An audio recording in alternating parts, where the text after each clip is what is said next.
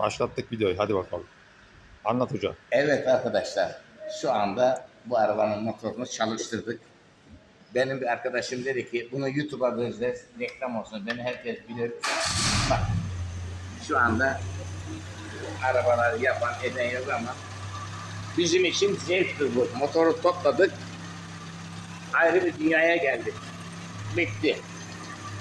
Şimdi beni de açsın. Şimdi bu motor 2 saat, 3 saat çalışacak, fan açacak, soğuyacak, bir ayar yapacağız. Ondan sonra tüp ayarı.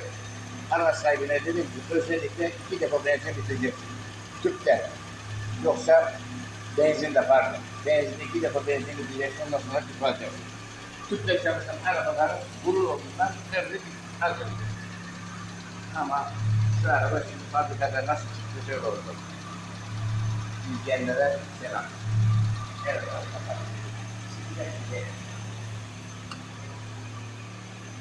koçum.